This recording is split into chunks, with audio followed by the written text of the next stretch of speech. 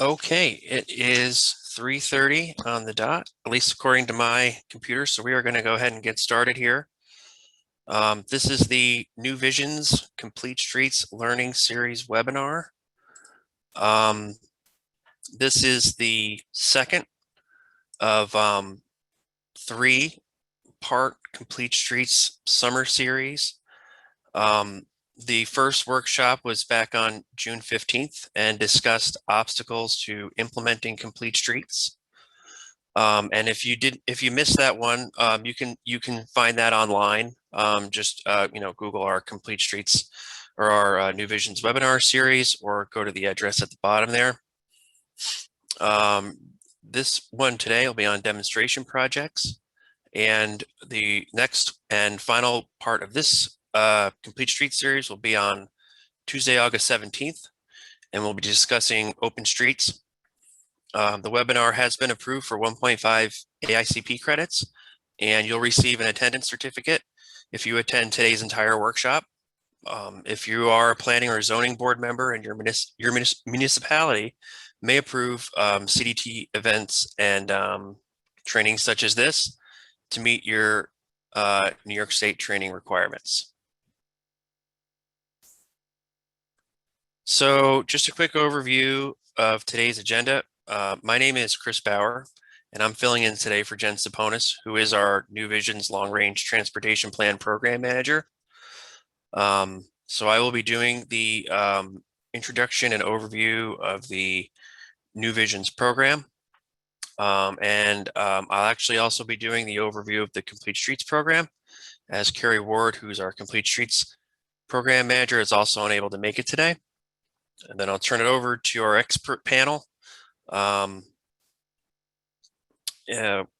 consisting of Jim Levy and Catherine Ember from Planning for Places, and Mike Flynn and Leanne Fari from Sam Schwartz Engineering.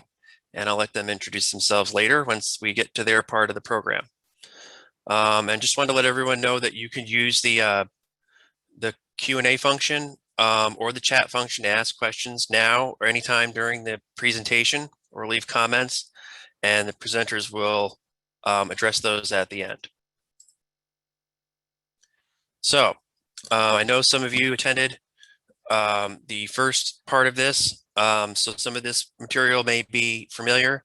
I'm just going to give a quick overview of CDTC and our New Visions 2050 Long Range Transportation Plan. CDTC is a metropolitan planning organization for New York State's capital region. An MPO is a transportation policymaking and planning organization that allocates federal funding and federal resources to local transportation projects and planning programs. CDTC's members include the ones you see there on the screen: New York State DOT, the Capital District Regional Planning Commission, CDTA, Albany Airport, the Thruway Authority, Port of Albany, and then all the municipalities shown on the map on the right, including all 4 counties and all the cities, towns, and villages within those, except for the town of Moreau and the village of South Glen Falls in Saratoga County, which are in a different MPO region. One of our major products is our Long Range Transportation Plan, which we refer to as New Visions 2050. New Visions 2050 is a blueprint for regional transportation that reflects a shared vision for the future. And that vision is shared by transportation providers, local governments, state agencies, private sector stakeholders, and the public. And the plan guides the prioritization and funding of federal investment decisions that are made through the MPO process. So the plan has several components. There's an executive summary document that provides an overview of the major principles and strategies of the plan. Details and technical information can be found in the system performance report, the public participation plan, and the 11 separate technical white papers, which include subjects such as transit, congestion, freight, bicycling, walking, etc. There's also a financial plan and a glossary. All these documents can be found on CDTC's website. This is a short list of what is actually dozens of projects which have been completed through our long-range plan process over the last few decades. which range from simple repaving projects to bridge replacements, trails, and transit projects. The centerpiece of the plan is the New Vision's planning and investment principles. These are 15 different principles that influence the types of tasks and initiatives that we support at CDTC. As you can see here, Invest in Complete Streets is its own principle, but there are also many other principles that are related to implementing complete streets, such as safety, bike and ped, multimodalism, etc. In addition to the principles in the plan, you'll find major policy and best practice recommendations for various different subjects, including those that you see here, many of which support complete streets again, such as the ADA compliance, safety, Vision Zero, and access management. Over the last decade or so, CDTC has seen a lot of support for complete streets grow. During our New Visions process, which was about a year and a half ago, we hosted a number of virtual forums, and we received electronic surveys and poll results from the public. And we asked the public how federal resources should be spent. And as you can see here, there's wide support for investments in bike and pedestrian transit and maintenance, all of which we know support complete streets.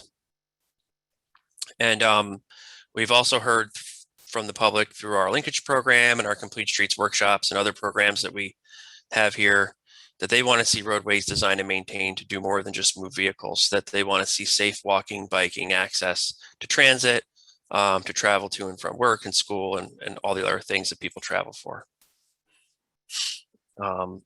Implementing complete streets is a lot of planning work and requires a lot of infrastructure investments.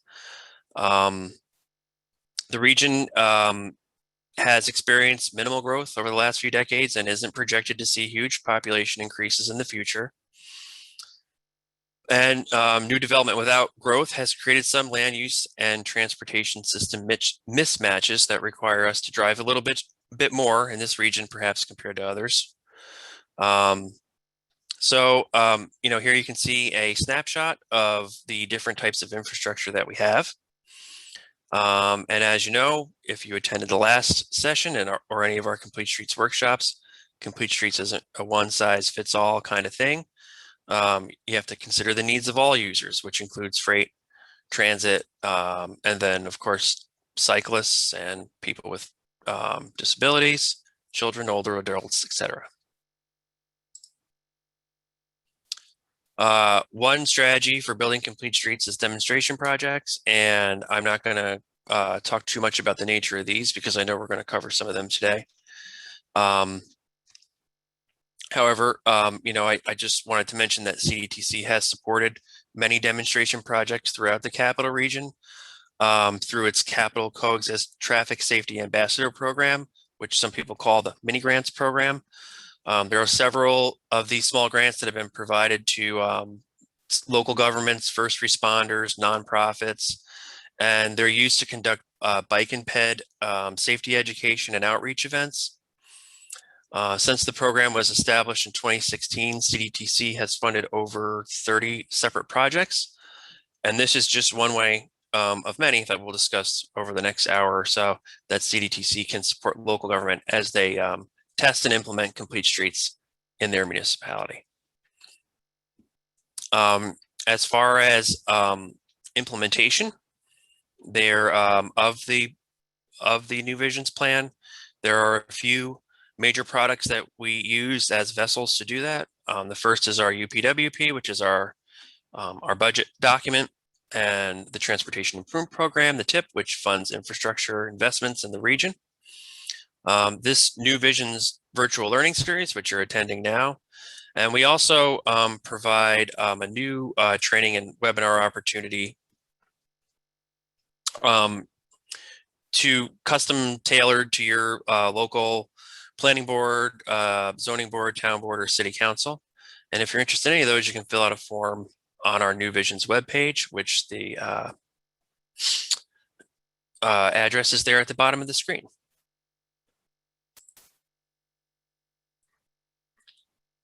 We do offer planning assistance to our members through our Linkage Program, which is our primary program for planning studies at CDTC.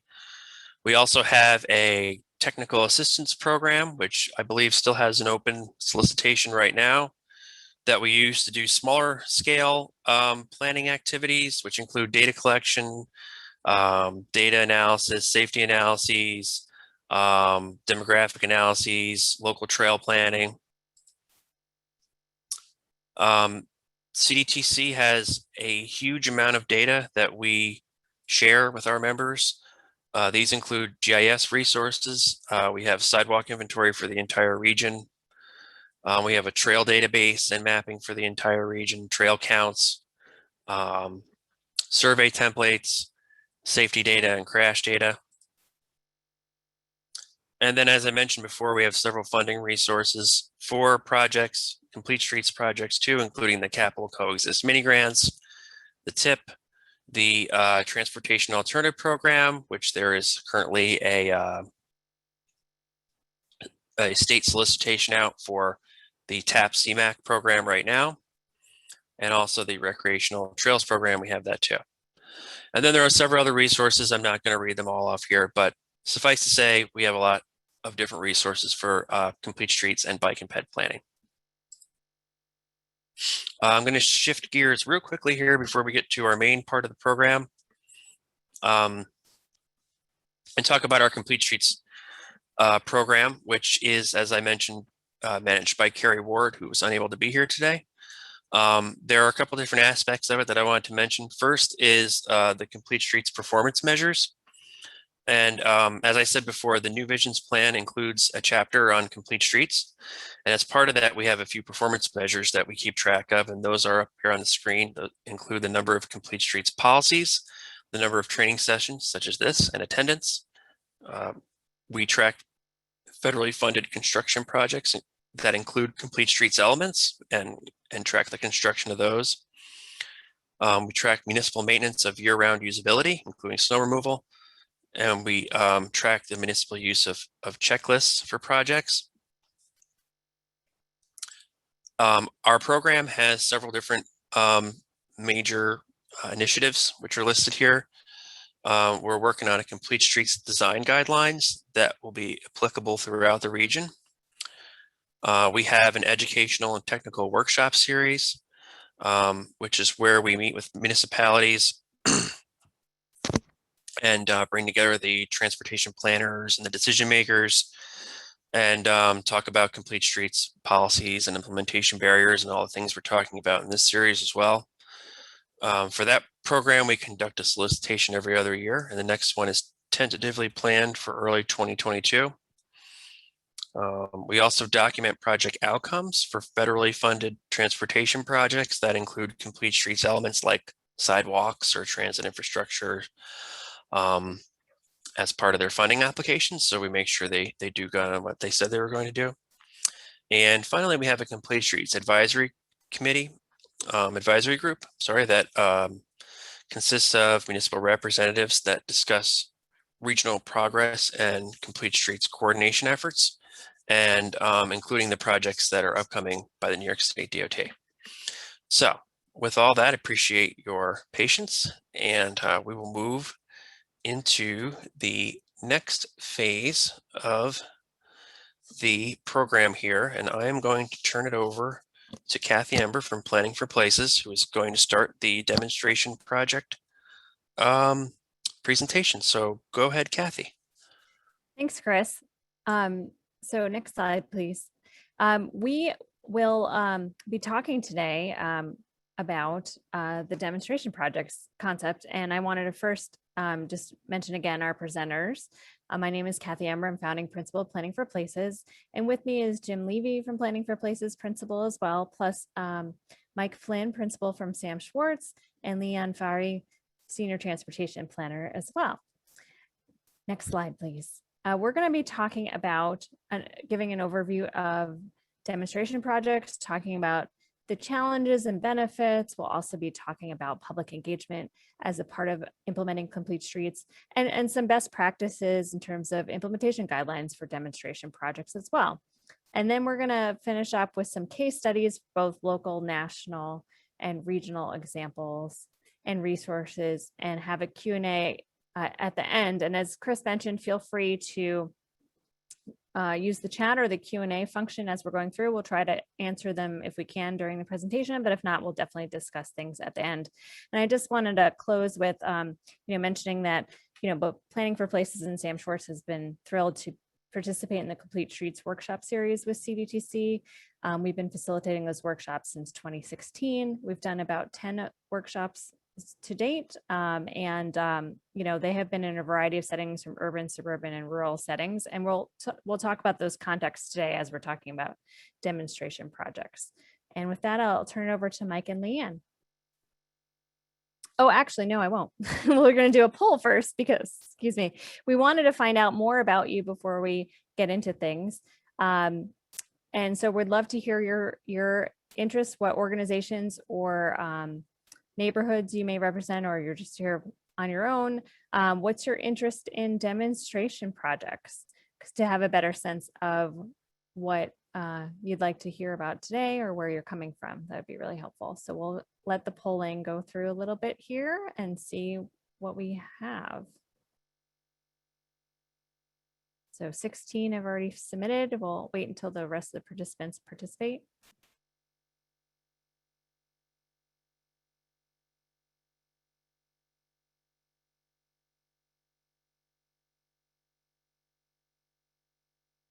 Looks like mostly local governments so far, or just individuals attending. And it sounds like people are interested in learning more about demonstration projects, and not many have worked on them yet, it looks like so far. Give it another second to see if anyone else submits. I think that might be it for the number of attendees. So let's end the polling. Yeah, so the results, yeah, definitely mostly local government attendees today. And so you're want to learn more about demonstration projects. So we'll get started and tell you more about, starting with an overview of what demonstration projects are. Thanks so much. Thank you, Kathy. And let's just start to understand what is demonstration project and have a few definitions here. So other people call it tactical urbanism. It's coming from streets plans, which is a practice of planning by doing, trying different things, a city organization or citizen-led approach to neighborhood building using short-term, low-cost, scalable intervention, and that's to catalyze a long-term change. It's always looking at a lighter, quicker, cheaper way of putting things on the ground and seeing how they work, and engaging many different stakeholders and local community in the projects. NACTA, you'll see the definition of an interim design. So a set of tools and tactics to improve the roadway, public spaces for the near terms, again, low cost, using interim materials.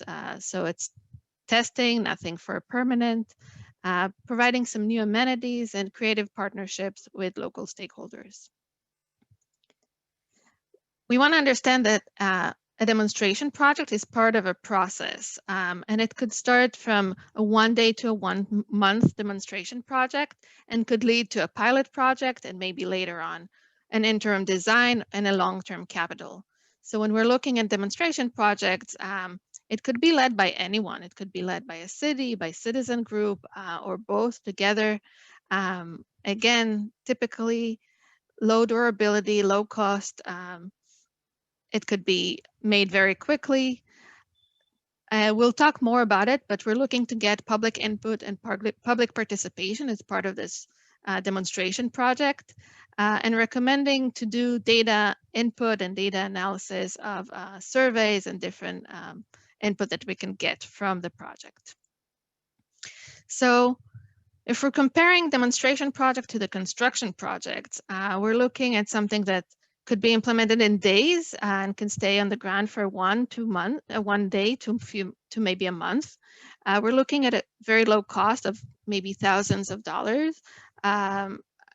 Fewer approval needed to put this on the ground, but we need to understand there are a few limitations. So not all design options are on the table. There is limited durability, and we're looking for a temporary impact. When we're looking at a full construction project, it could take years. It could be very costly, and it requires many approvals. But here you have potential unlimited design options, and we're looking for something that will stay in the ground for many years and will have a long-term impact on the community. I'm sure some of you are familiar with some of the typical challenges that you have when you're trying to implement a large-scale project. You need to gain support from public and business. You need support from elected officials. You need many design approvals. Funding is an essential part of putting something permanent in the ground, and other environmental approval.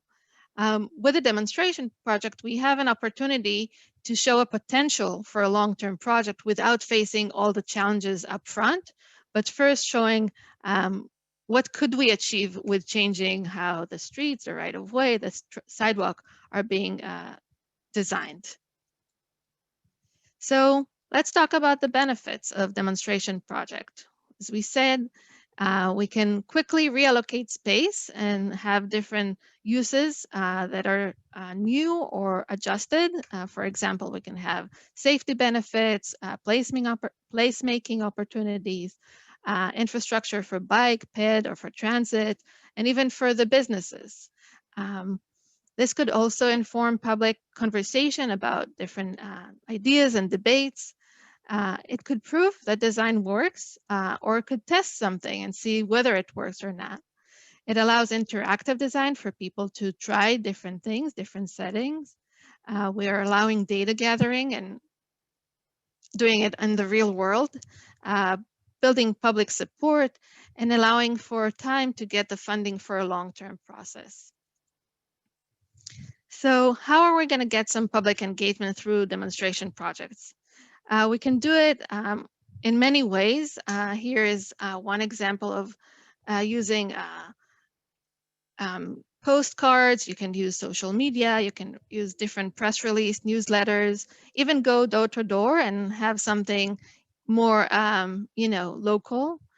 Obviously, the project website will be a good way to reach out to people, different public workshops or meetings, and other many ways you can reach to communities and inform and get them excited about demonstration projects.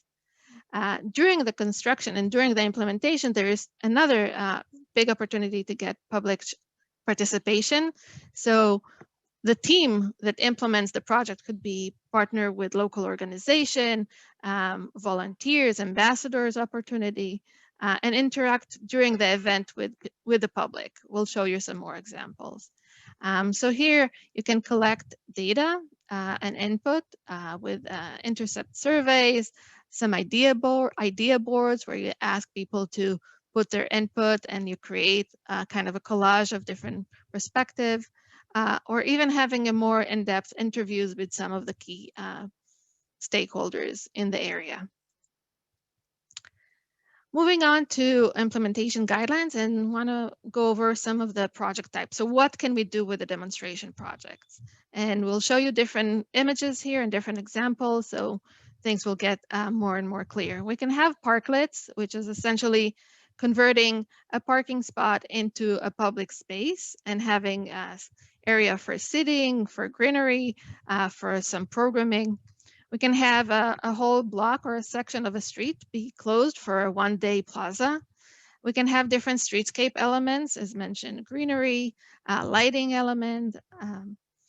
A different perspective would be protected bike lanes or bike lane infrastructure, protected intersection or road diet. Here you see an example of a roundabout. And a more advanced one would be even converting a one-way to a two-way streets and testing that for a limited time. To implement, you'll need You can use different materials. We'll give you some examples here for barrier elements, for surface treatment, street furniture, and signage that would be used in demonstration projects. So let's start with some barrier elements. Some of them are easily available with the town. Some would be able to borrow from different municipalities or towns. So we're looking at traffic cones, easily material to get. It could be also a freestanding delineators that you can see here, some plastic barriers or plastic planters.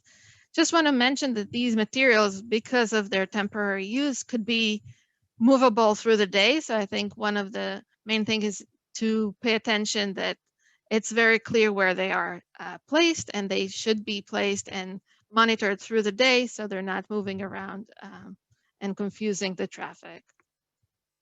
Here are some more creative ideas for bollards or barriers and incorporating different design elements as well into the barriers design. Another treatment would be surface treatment, and there are different ways of doing it. You can use stencils or pre-made or custom-made. You can use different kind of paint, chalk paint, a floor mat here, and turf as well to create more of a greenery environment. Here are some more example of surface paint and more information about the cost, which for a temporary use would be pretty cheap and easy to implement. At some location, you would do some restriping. If you want to introduce a bike lane, we would suggest putting striping for the bike stencils. If you're introducing a transit lane, you want to show the bus only stop or bus stops and bus lanes, or even for crosswalks.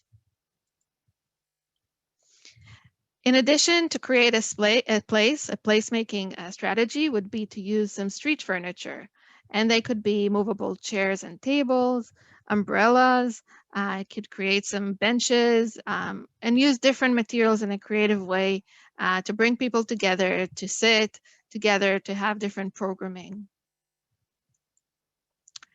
Another material or something you want to use is signage.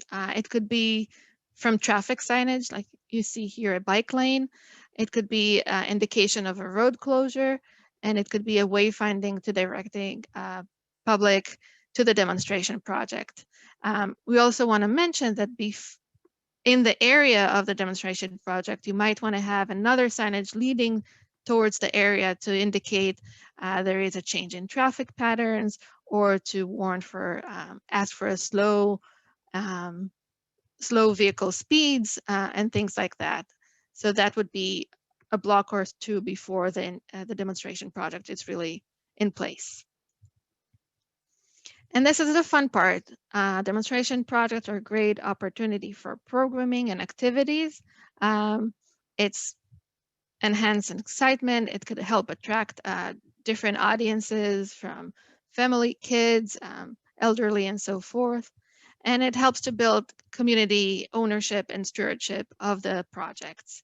Some examples for ideas for programming could be exercise, yoga, anything like that, games. You can do some art activity. Music is great programming that attracts many people, and even a pop-up library here you can see would attract children or families to come together and engage. So a bit about the design standard and regulations. In general, all projects that are in the right-of-way should comply with MUTCD, which is a manual on uniform traffic control devices. Just want to mention that currently it's undergoing significant update, and they're also looking at specifically like crosswalk that have some paint and artistic elements. So we're still staying tuned to see what will be any updates about that. There are other guides that you can look for, specific guides, whether it's for bike lanes or other elements that are like the NACTA design guide or FHWA design reference. We do want to mention for a demonstration installation, which is between 1 day, few days, up to a month, engineers might be comfortable exercising some greater flexibility, looking at all the design standards. With that, I'm going to pass it to Mike to give us some overview of different case studies. Great, thanks, Leon. So I think for those of you who were on the last webinar, we may have shown some of these images, but I wanted to talk a little bit about kind of an ongoing project we did with the city of Poughkeepsie, not too far away, looking at kind of their main civic street downtown, which is called Market Street. The planning project began a little while back in around 2016, and was looking comprehensively at their downtown street network. If you've been to downtown Poughkeepsie, or city center, as they call it, you know, you've seen that it's kind of divided by some really big arterial streets, and I think, you know, as a result, it's not really supported kind of the revitalization of downtown. So the goal of the project was to get some big ideas around, you know, how could we redesign the streets as a tool to support, you know, more equitable access to the jobs downtown, to support economic development downtown. And one step of that was to implement a demonstration project back in the summer of 2016, I guess. It feels like only yesterday, where we basically took a lane of traffic away. The original hope was actually to turn it from a one-way to a two-way for the demonstration project, but in the time that we had and having to get a New York State DOT permit, it didn't seem practical. So instead, what we did is we effectively expanded the pedestrian space and created these parklets and wider sidewalks with seating and activities and a whole lot of public engagement stations, which I'll show in a minute, with the goal of basically getting input from the public, showing them that change is possible, spurring, you know, additional ideas about what the city could do on Market Street more in the long term. Next. So public engagement was a big piece of this. We had, I think, 3 or 4 stations set up where folks could provide input in a whole bunch of different ways. We even had one of our colleagues have this mobile public engagement station that you see on the left here, where he went to a few different locations in town and set up kind of a table to get input. We had, you know, a map of the plan where people could comment more specifically on the design, things they liked, things they didn't. And then we had these more open-ended kind of like, you know, what are your hopes and dreams? What are your big concerns? And some of them went on the wall that you see in the middle and on the right. We also had strings between trees where we flew them like flags. It was really fun. And it was in the autumn, actually, not the summer now that I think about it. So a lot of the materials we used reflected that, hay bales and chrysanthemums and things like that. Next. So following that, you know, we used a lot of the input that we received to develop a series of design options and brought those back to the public at a more formal public workshop, more typical indoors kind of public workshop, and presented those options, gave people the opportunity to kind of have a virtual budget and decide how they wanted to spend it, what would be their priorities, and basically ranking things to provide feedback. So, you know, and what we did was we made sure that people could kind of see and draw a line from the input that we received at the demonstration project and how that was sort of feeding into the alternatives that we were looking at. Next. Now, fast forward a couple years, and you know, the city has been working to advance actually several of those concepts, particularly along the arterial streets that connect to the Mid-Hudson Bridge, but also keeping Market Street moving and you know, keeping an eye out for grant funding in particular. In the meantime, they've had a lot of interest from their communities in you know, adding bike lanes. They don't really have any bike lanes in the city of Poughkeepsie. And so they wanted to, particularly protected bike lanes or separated bike lanes. So they wanted to do another demonstration project actually along the same stretch of road, but looking at a totally different design concept, which would be a two-way protected bike lane like you see in the middle here. So we worked with them again to develop a one-day demonstration project. From a material standpoint, it was much, a lighter lift and lower impact and lower cost. It wasn't as involved with all those materials. But maybe from an engineering standpoint, we actually had to go through more discussions with state DOT and more iterations, because it was, not just widening the sidewalks, but actually creating a bike lane. So, there were more kind of engineering considerations that had to go into it. But similar to last time, we used it as an opportunity to educate the public, engage the public. Next. Here you see some examples of the more technical work that had to be done. We had to get that state DOT permit. In fact, state DOT had a contractor out doing some signal and pedestrian ramp repair work. So we had to coordinate with them and make sure they kind of moved their cones and cleared the way for the bike lane in time. Develop, more detailed plans for something like this. That's not always the case. This was a larger scale demonstration project. So I also don't want to scare anybody that you have to develop a CAD drawing for every demonstration project, because that's not the case. But in this situation, especially with the state DOT involvement and it being a more major road that crosses big arterial roads, that was more of a consideration. Next.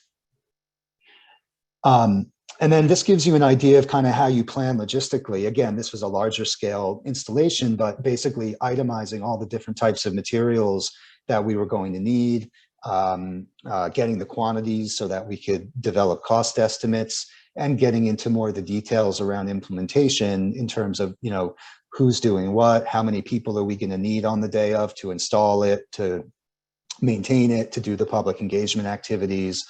And even where are we going to buy things, that all those types of details.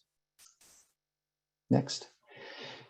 So we used the opportunity to get input, to do a survey, to even do some bicycle counts. As you would expect, there was an increase in bicyclists, because people wanted to come and check it out. But, I think as we've seen in research all around the country, when you add bike lanes, you almost always see an increase in bicyclists. So some of that was just a one-day impact, but I think the larger point was, that if you had bike lanes, you would see more people choosing to bike to city center. You see some results on the right there of the survey, pretty strong support that, this made it more bicycle friendly, that they felt more safe and comfortable having a protected bike lane, and that they'd be more likely to travel by bike around Poughkeepsie. So I'll switch gears to another example in maybe a slightly larger, but still kind of mid-sized city, Culver City. This was more actually focused on the pandemic specifically, and on kind of prioritizing bus and bike throughput during the pandemic, to help essential workers get where they need to go. And it used the quick build approach, obviously, to get in the ground ASAP was the goal. And monitoring the results was actually really a big focus of this, to decide, should we keep something like this in the long run? Next. So just an example of the toolbox that we used for that one, many of which Leon went over, but it involved signal changes. We used planters to delineate a lot of the expanded pedestrian space, paint to demarcate the bike lanes and the bus lanes, traffic tape to kind of change the lane markings, even modular bus platforms, basically hard rubber bus platforms to create bus stops where the buses didn't have to pull out of traffic, and curb stops, or little kind of mini curbs to separate the bus lane in certain places, as well as these small plastic bollards. A few other examples to create curb extensions. We did employ artistic crosswalks there, but we can talk more later about some of those MUTCD potential changes that Leon alluded to that might affect that going forward, and other amenities for pedestrians and bus riders. So these are just some a before and after rendering. just kind of showing, and this is in the process. Well, this was already implemented, but this is, so we have photos, but this is a rendering basically of what it looked like.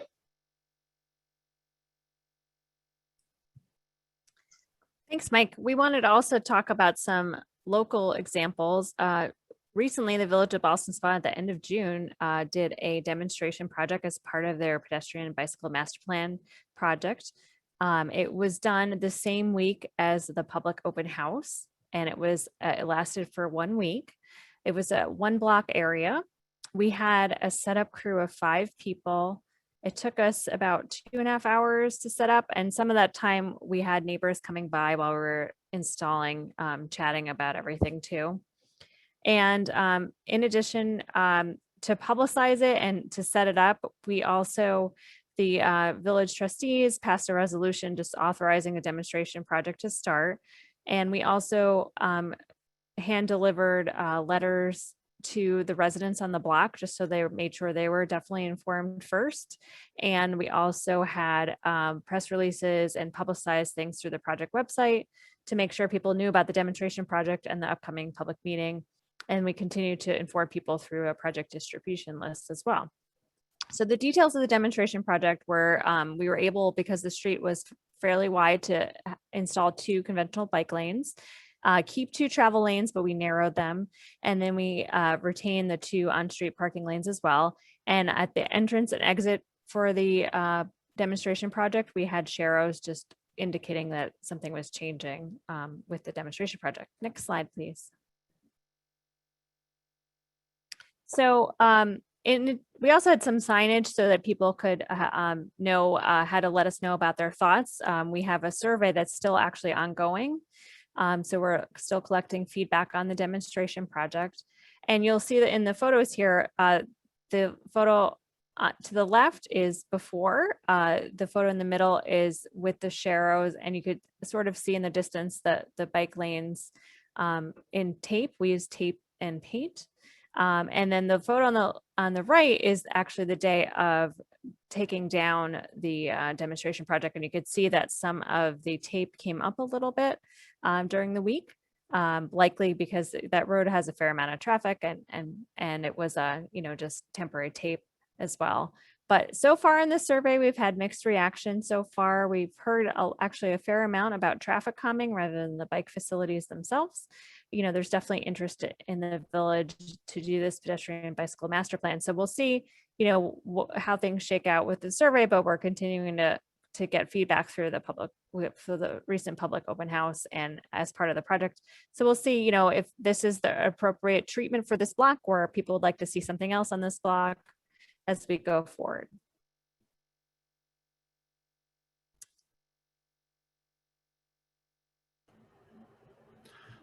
All right, so I'm going to briefly talk about a couple demonstration projects that we've been involved in here in the town of Niskayuna. One of them, the most recent that we did, was on Regent Street, which is, I guess we call it a kind of a major cut-through road. Has a decent amount of traffic for a residential street. Pretty much, if you know Schenectady, people use it to get from Union Street up to Knott Street and make their way up toward Ellis Hospital in the north end of the town. Sometimes using it to get around Balltown Road, which is the main north-south route, here connecting up to Saratoga County. So on Regent Street, what we did was come up with a plan for a 1-week demonstration project that involved some chicanes. We put in a crosswalk, some bike symbols to kind of show what could be done on the road. And Regent Street kind of is a representation of several of the streets in the town of Niskayuna, some of the busier roads. And showing people what we can do to help slow down traffic, in addition to providing, that paint on the road to show that bicycles have a right to be on the road.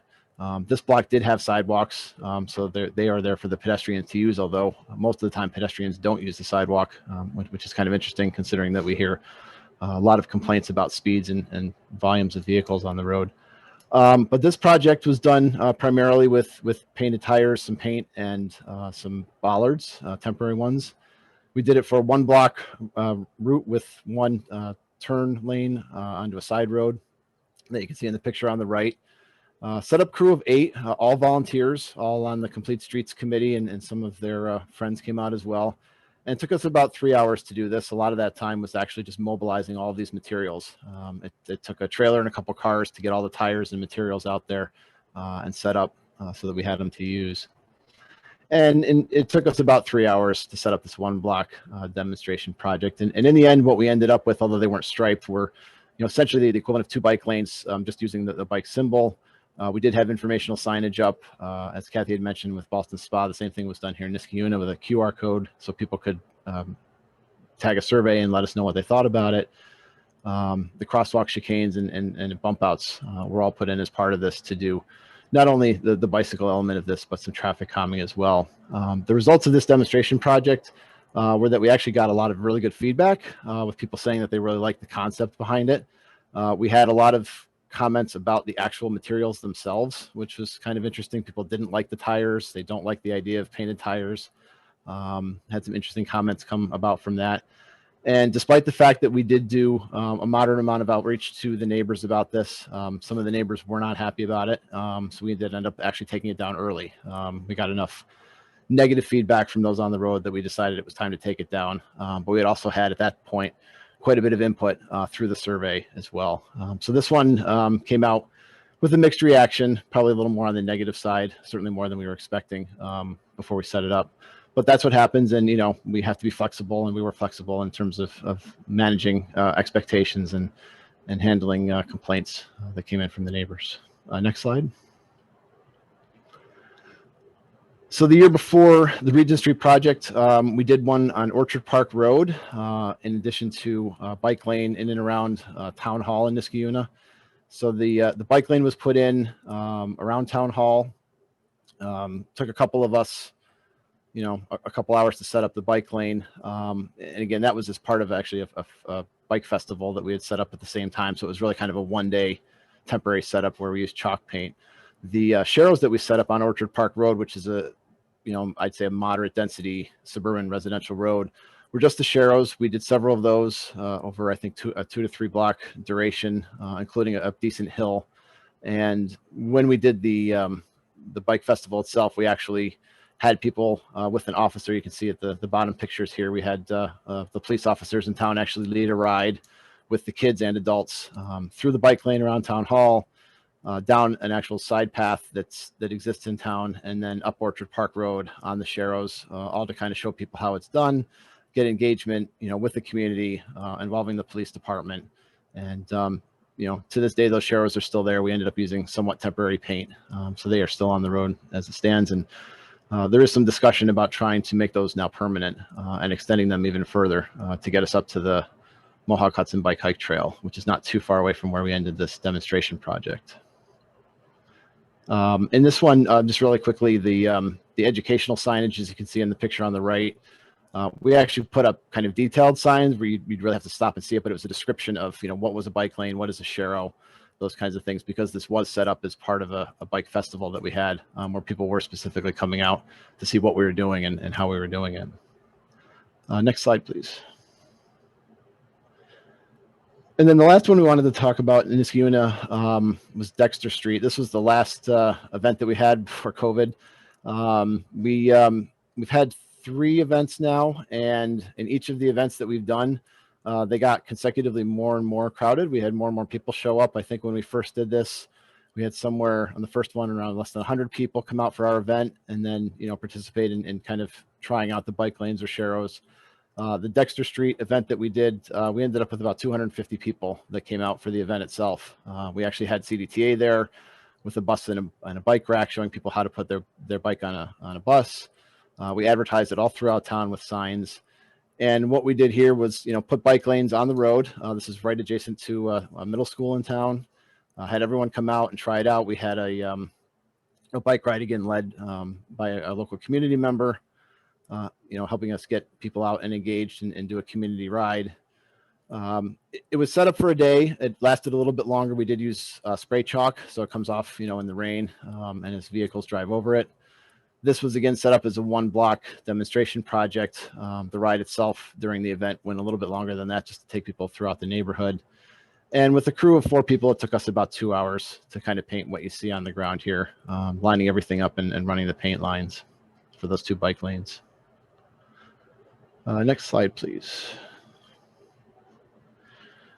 So I wanted to touch really quickly on a demonstration project I was not directly involved in, but that we were part of, kind of to the side, I guess, through workshops that we've done with CDTC prior to this being set up, and then discussions we've had with representatives from the city since then. If you haven't been to Waterville to see this project, I would highly recommend taking a drive down 2nd Avenue and seeing what they've done. I believe they call this a long-term demonstration project, where they did use pretty much permanent paint on the road. And they, they did a 3-block length with some professional striping to put in 2 buffered bike lanes, maintain 2 travel lanes, maintain the on-street parking lanes for the most part throughout the 3 blocks. And it included some painted bollard bump outs in certain areas at certain intersections. Still there today, still able to see it pretty well. If we go to the next slide, please. As I said, based on what we know of this one, again, we weren't involved in putting this one down. Capital Roots, I believe, was involved out in Troy, in addition to the city. It's been generally pretty well received, if not very well received. It was a long-term demonstration project, so it did mean that it had a higher cost to it than some of these other demonstration projects that I've been discussing, because it did have that professional installation, so it required more prep work, planning approvals, and obviously funding. But the point here is on the bottom, the progression can kind of be shown as to how this sort of came about in a way. In 2016, working with CDTC, we did a workshop for Albany County, which involved several different municipalities. Waterville was one of them.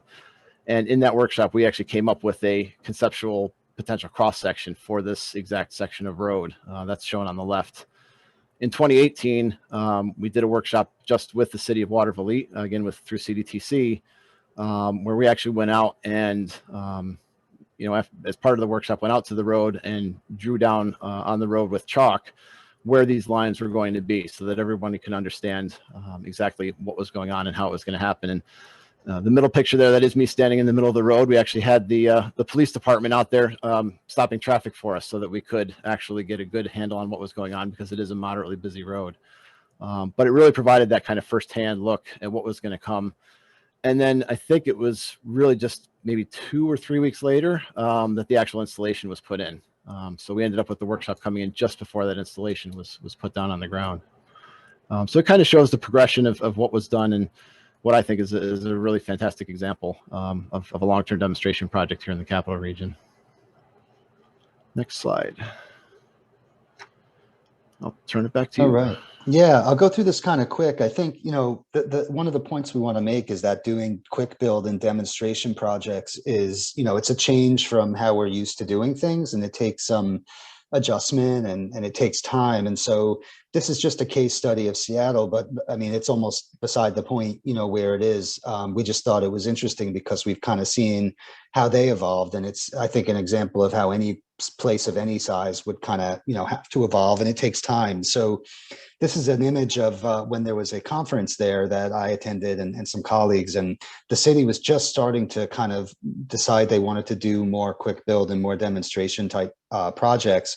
And so they were just kind of getting the hang of it. And so they used the opportunity of this event to kind of, try some things out. And so what you see here is the setup, I think on the next slide, for a giant Scrabble game. So, this was kind of an event that they advertised both to the conference, but also to the neighborhood. And they basically created a temporary pedestrian plaza and set up a Scrabble game. But more to make the point, about, okay, this is a giant wide open intersection where most of that asphalt's not really doing anything. So what else can we do with it? What can we imagine here? Next. Over time, they started to branch out, and they did a pretty high profile protected bike lane down one of their downtown streets that you see on the left. And when they first did the first iteration, they found that they were having some issues with the drivers in the cars not being able to see the left turn arrow signals that were necessary to basically separate the left turns from the bicyclists using this two-way bike path. And that was feedback they got. And so they were able to adjust in the midst of this They moved the turn signals, further out onto the signal mast, so that drivers could see it better. So that's an example, they had to kind of learn a little bit on the fly, but that's one advantage of demonstration projects, is that you can do that.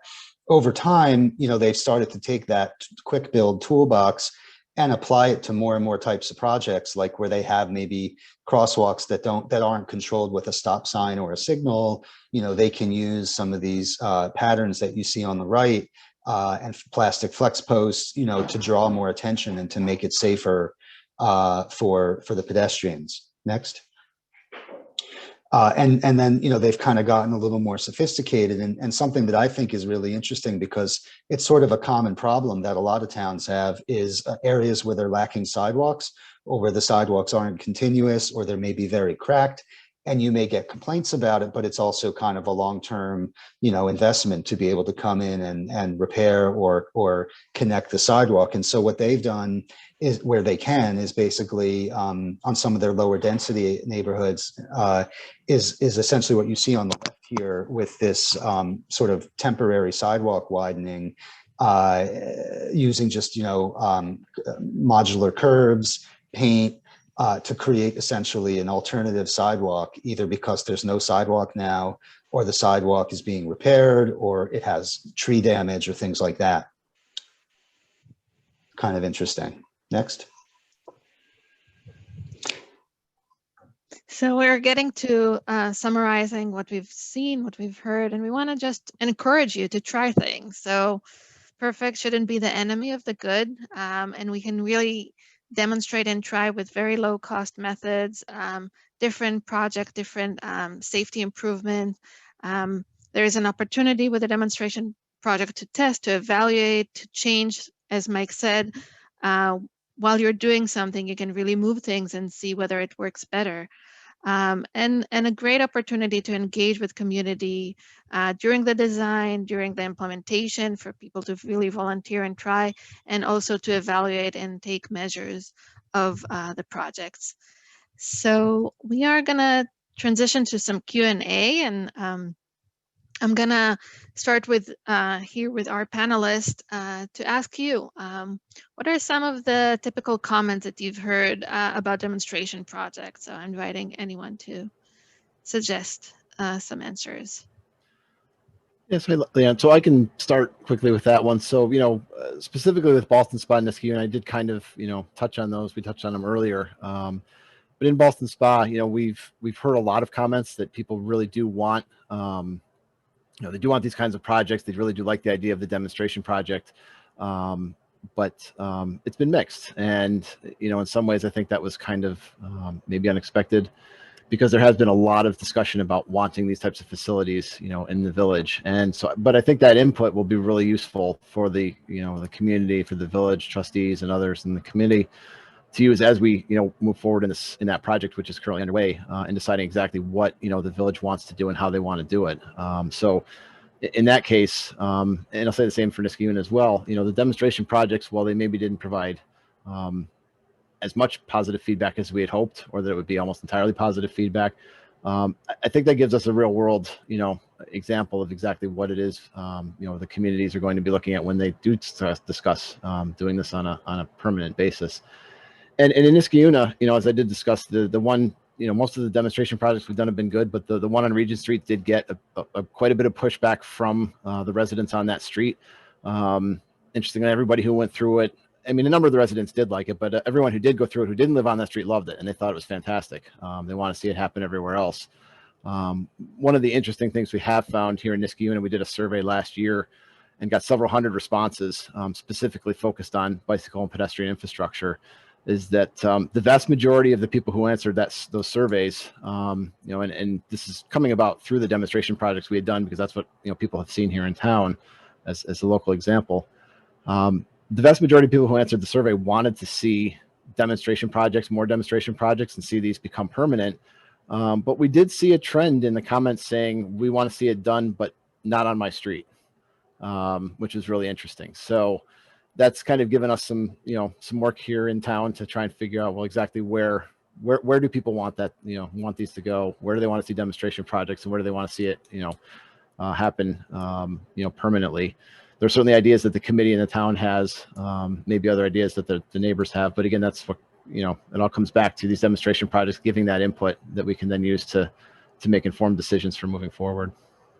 It makes me think, you know, about the difference between doing these on residential streets versus kind of downtown, you know, streets. And we had a little Absolutely. discussion about that on the last webinar too. You know, I mean, they each come with their own set of potential challenges, right? And different kinds of concerns, either from residents or from businesses. I guess the thing I would say about Poughkeepsie that really struck me was really just the overall reaction people had that, oh my gosh, like change is possible. Like it doesn't have to be like this just because it's been like this for a long time. There was a lot of excitement, you know, just about seeing change on the street, you know, on places where workers or shoppers or residents are frequenting almost every day, and then come one day and see it totally different. You know, that was what was really, I think, exciting, was just like, I think it got people thinking about, okay, change is possible. What do I want to see? Yeah, Mike, that, you know, just reminded me of, you know, all of these webinars that we've done with CDTC, all of the in-person meetings and workshops that we've done with communities throughout the capital region. And I think pretty much all of those, we did kind of really quick conceptual design ideas of what could be done. You know, we went out and measured the road widths and kind of discussed what could be done in a rough way. And I would say through the majority of those 10, you know, webinars and you know, meetings that we've done, it's exactly what you said. People were kind of looking at saying, wow, we really can do something else. And very often didn't require, you know, massive, you know, earth moving type projects where we have to move curbs and rebuild things, that there was the ability to work within, you know, the existing built environment in a lot of cases. And that really did, I think, help open, you know, people's eyes that this stuff can be done. So that's a really good point.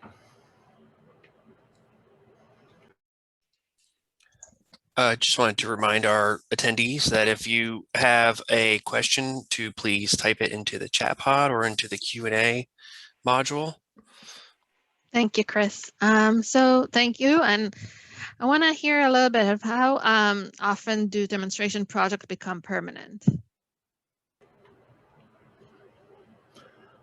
Well, you know, from my perspective here in the capital region, I think I've seen, and, you know, I can, you know, open up to anyone else, that they seem to become permanent, I think, a little more in the cities. And, you know, Mike and I, we discussed this before today, that I think a lot of that may be just due to, you know, municipal budget staffing, the ability to put these things in versus some of the smaller communities that may not have as many staff or the types of budgets, at least initially, to be able to put this in. But the demonstration projects that I've seen become more permanent around here, I think have really been focused on the cities and the urban areas.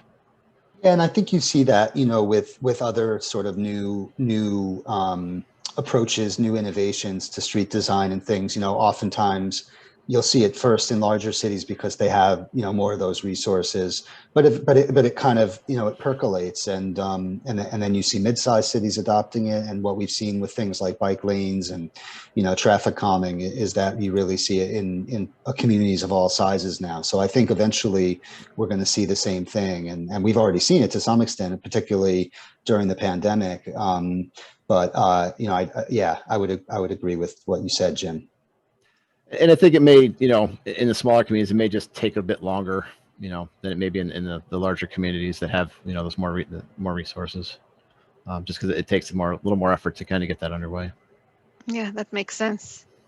Let's talk about the cost for a second. So what demonstration projects generally cost?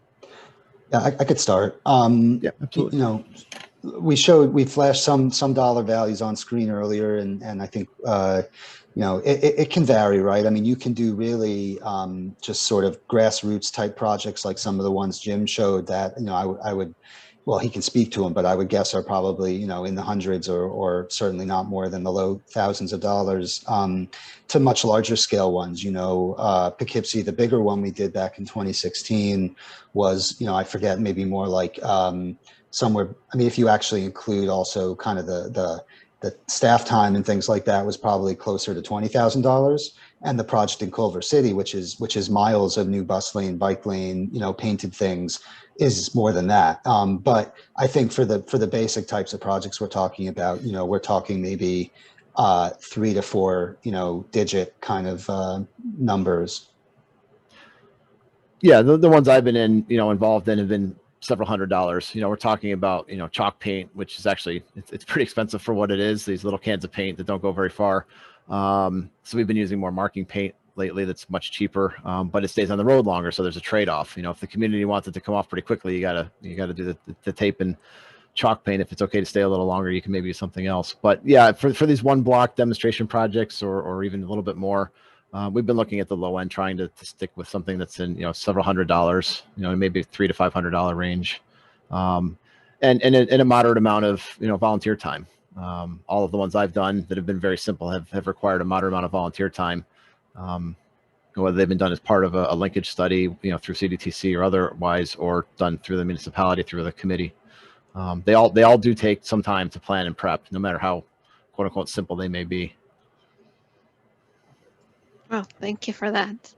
Another project is, what is the most common demonstration project type?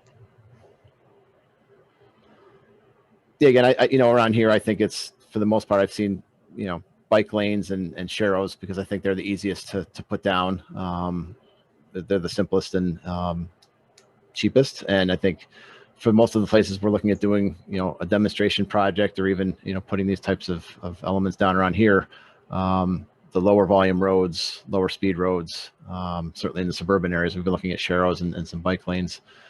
But I know there are other examples throughout the capital region where we have done, as Chris showed in a slide earlier, cycle tracks and things like that have been done as well. But I think these templates are pretty commonly used around here for these types of projects. Yeah, I agree. I think for kind of one-off demonstration projects, bike lanes and shared bike lane sharrows, are probably the most popular, maybe followed by like in a downtown setting, like temporary pedestrian plazas, creating space, for things.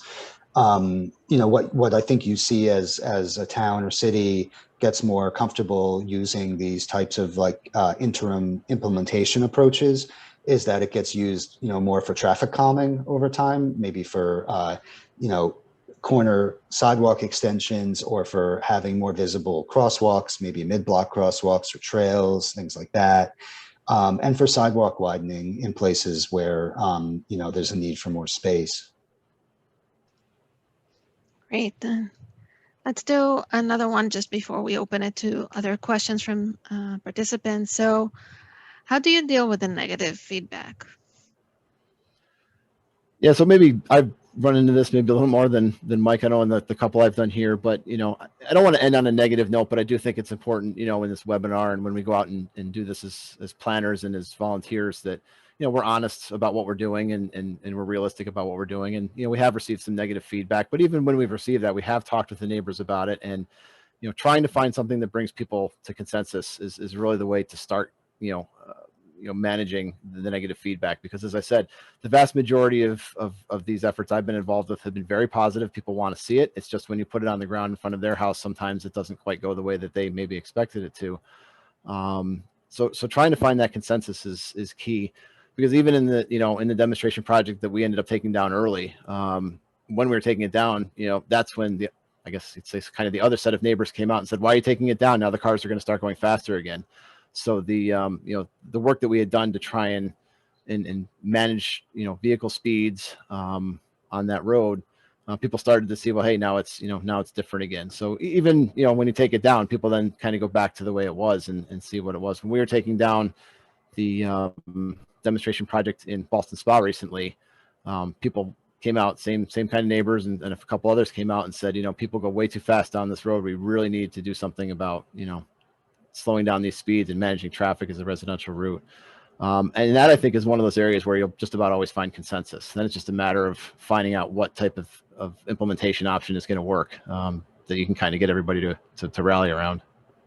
Yeah, I think that's the key point. It's always about trade-offs. So a demonstration project can spark that conversation. And, if there's consensus around the idea that traffic speeds need to be lowered, or that more, businesses want to linger, encourage more people to come shop and linger, okay, so then let's talk about what the different options are that could achieve those goals. And if you don't like this option, maybe you like that option, but we have to have a conversation around, what the trade-offs are, what the pros and cons are. For Market Street in Poughkeepsie, you know, the first demonstration project showed that you could there was a lot of kind of wasted space on the road. So the question is, you know, should it be pedestrian space? Should it be a bike lane?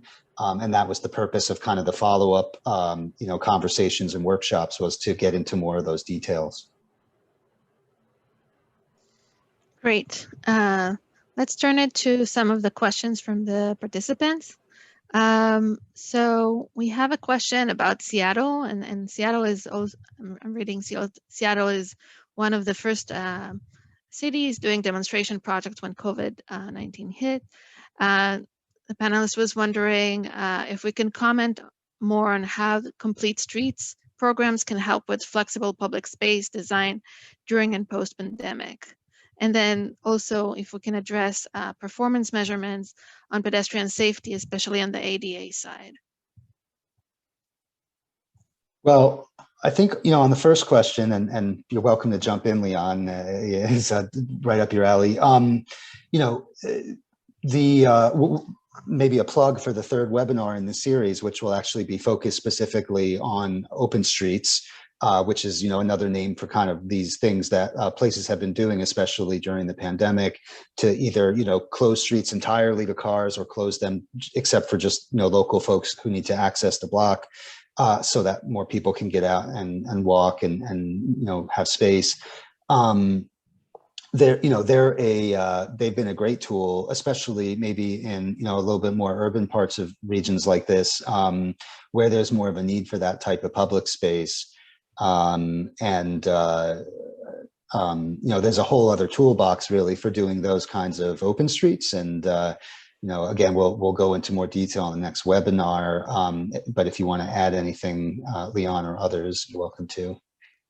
Yeah, I would address the second point, which is the ADA accessibility and kind of performance measurement. So yes, there is some kind of a challenge when you're doing a demonstration project to do a fully ADA accessible, but there are solutions using ramps to make connection mid-block, or you know, directing the pedestrian traffic or people to the existing ramps. Using signage would be important as well, as we mentioned, in the area of the project, but also as you approach the specific public space, and accommodating the different programs to different audiences with different needs, and maybe some disabilities as well. Yeah, I think beyond crashes, you know, looking at things like directness of routes. So if you do a demonstration project where in the past someone had to go, you know, all the way out of their way and then come back to get across a street to get to a destination, a school, a library, and with your pilot, you know, with your project, it reduces it. Like, that's a good data point, you know, to include and to maybe, you know, say, here's one of the benefits of this. Obviously, if it's a longer term demonstration project, you may want to look at crashes, at crash data. If you have more resources, you could use video-based data collection to look at near misses, because sometimes there's not enough crashes to have a real statistically significant data set. But you can also look at video data to see kind of like, are the drivers yielding more with this, you know, new treatment that we've put out, that kind of thing. Great.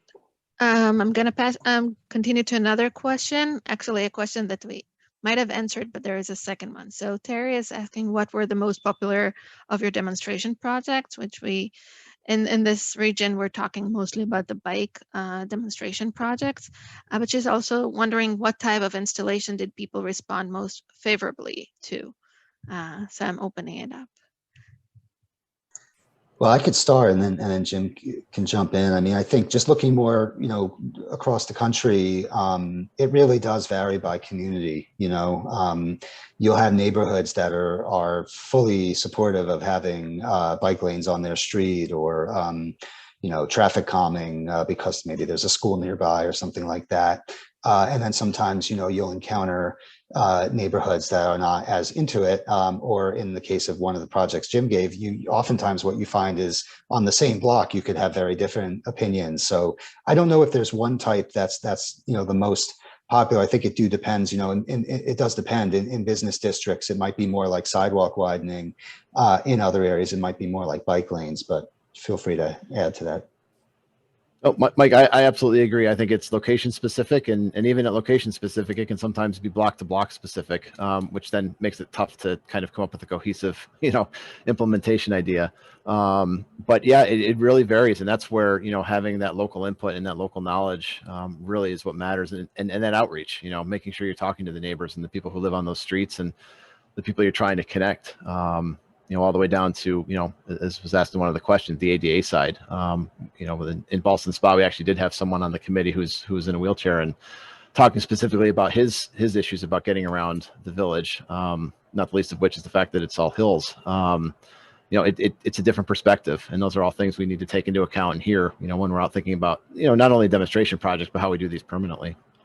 But yeah, it's definitely location specific. That's a great point. So another comments and question here was that do these demonstration projects usually go along with lowering speeds of vehicles? If so, how hard it is to temporarily do the implementation with the lower speeds? So yeah, I think I'll start with the bike project, for example, that not only do they introduce a bike lane, but they're also narrowing the travel lane, and that by itself helps to reduce speed limit. There are other elements you can introduce to lower speeds, for example, a chicane design. So if we've seen some examples and photos before of design that encourage vehicles to do a chicane movement, and then by doing that, you're lowering the speeds. I think another demonstration project we mentioned was transformation from one-way to two-way, which in a way will also be an opportunity to lower speeds.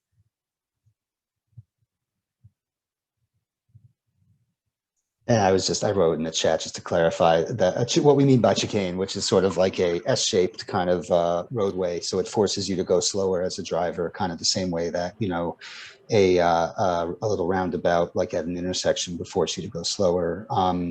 Yeah, I mean, I think, for the purposes of a demonstration project, you may not be able to reduce the regulatory speed limit. It depends on your local engineers and how they would go about that, but usually you have to do more of a speed study per the MUTCD, the manual we mentioned. But what you could do and what you could consider is a lower advisory speed limit. So that would be like a yellow sign rather than the typical black and white speed limit sign. That encourages drivers to go slower, but isn't a regulatory speed limit. So you're not going to get, you're not breaking the law if you're going higher than it. That's something that I think can be a great, option for a demonstration or for a short-term kind of project. And excuse me, and that's all I was going to say, Mike, is just to clarify that, we have not reduced the actual speed limit, in doing demonstration projects. It's been hopefully, we haven't done a study. We haven't had the radar, guns up looking at it, but based on talking to neighbors and things, the demonstrations themselves have slowed down the vehicle speeds just by what we've done, but never looked at actually trying to change that regulated speed limit for a demo project. And that's what you really care about at the end of the day, right? I mean, the goal, sometimes what you see is, and there's been studies that reducing a speed limit by itself may reduce speeds a little bit, but generally the thing that's the most effective is to actually change the design of the street. And so, that's why these types of projects can be really powerful, because they can show that. I mean, you could have, and we didn't mention this, but this would be another option, especially if one of the goals of your project is to reduce speeds. If you can get access to a speed gun, maybe your police department has it, maybe an advocacy group has it. You could actually go out the day or the time period of the demonstration and actually measure, the before and after average speeds, 85th percentile speed. So, what's that speed that 85% of people are going below, or even the top speeds, and to be able to show, hey, look, if we do this and make it permanent, it's going to reduce the speeds by this much, or it's going to reduce the percentage of people who are speeding by this much. Great. Are there any other questions that I'm not seeing, maybe?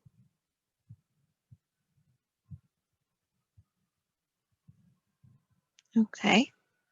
You're welcome to add more questions. In the meantime, I can share that we put together a resource information for different guides and kind of like policy guides for different locations and contexts. So for example, you could see a demonstration project that would be on a state highway versus more local examples and toolkits that you can use beyond the things that we've mentioned in the presentation. There are ones that are more focused on bike lanes or other block ideas and things like that. Again, some more resources from NACTO, from Streets Plans that you're welcome to look into. I think Vision Zero initiatives has in it more potential for, you know, giving the significance of why you want to put these demonstration projects towards a longer term goal of a Vision Zero city or town. So we have a few more minutes if there are other questions or comments, and we're happy to address them.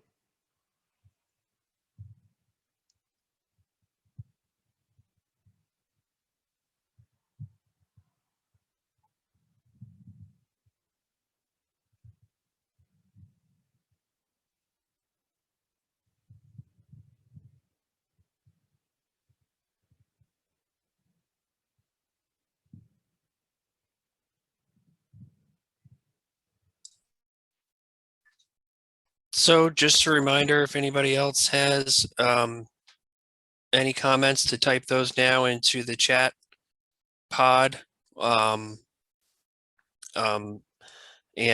Seeing as we have 10 minutes left or so, we'll go ahead and probably start to wrap up here, but I wanted to make sure to thank our panelists again, Planning for Places, Sam Schwartz Engineering, for a great presentation. On the screen are some resources regarding our New Visions 2050 initiatives. There is an email address and phone number to leave questions or messages for. Also, our website and address are up there, and all of our social media accounts. I encourage you to check those out. If you have questions about New Visions, please don't hesitate to contact us. And maybe we'll pause here for 5 or 10 more seconds just to see if any questions come in. I don't see any here. So I think we'll go ahead and wrap it up. And thank you again for your time. And just a reminder that the next New Visions webinar is on Tuesday, August 17th. It'll be the third in our Complete Streets series, and we'll focus on open streets and answer even some more of the questions that came up today. So we're looking forward to that, and registration information can be found same place that you registered for this one. So I hope everyone has a great afternoon, and we will see you in a month. Take care, everybody.